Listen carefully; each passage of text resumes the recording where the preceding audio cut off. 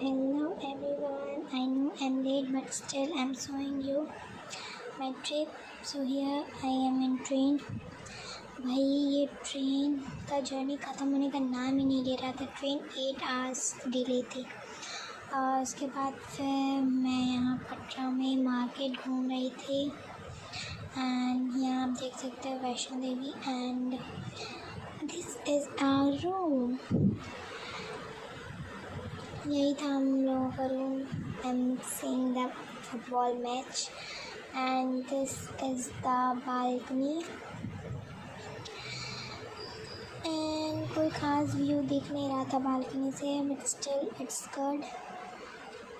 और मैं होटल में 2 दिन के लिए स्टे की थी, क्योंकि फर्स्ट डे मैं वैष्णो देवी गई थी। वहाँ से आने के बाद थक गई थी, तो फिर उस दिन सोई थी। फिर दूसरे दिन भी हम लोग पटनी टॉप गए थे घूमने के लिए। हियर इज़ द ट्रैक और उसके बाद back to home. Thank you, bye bye.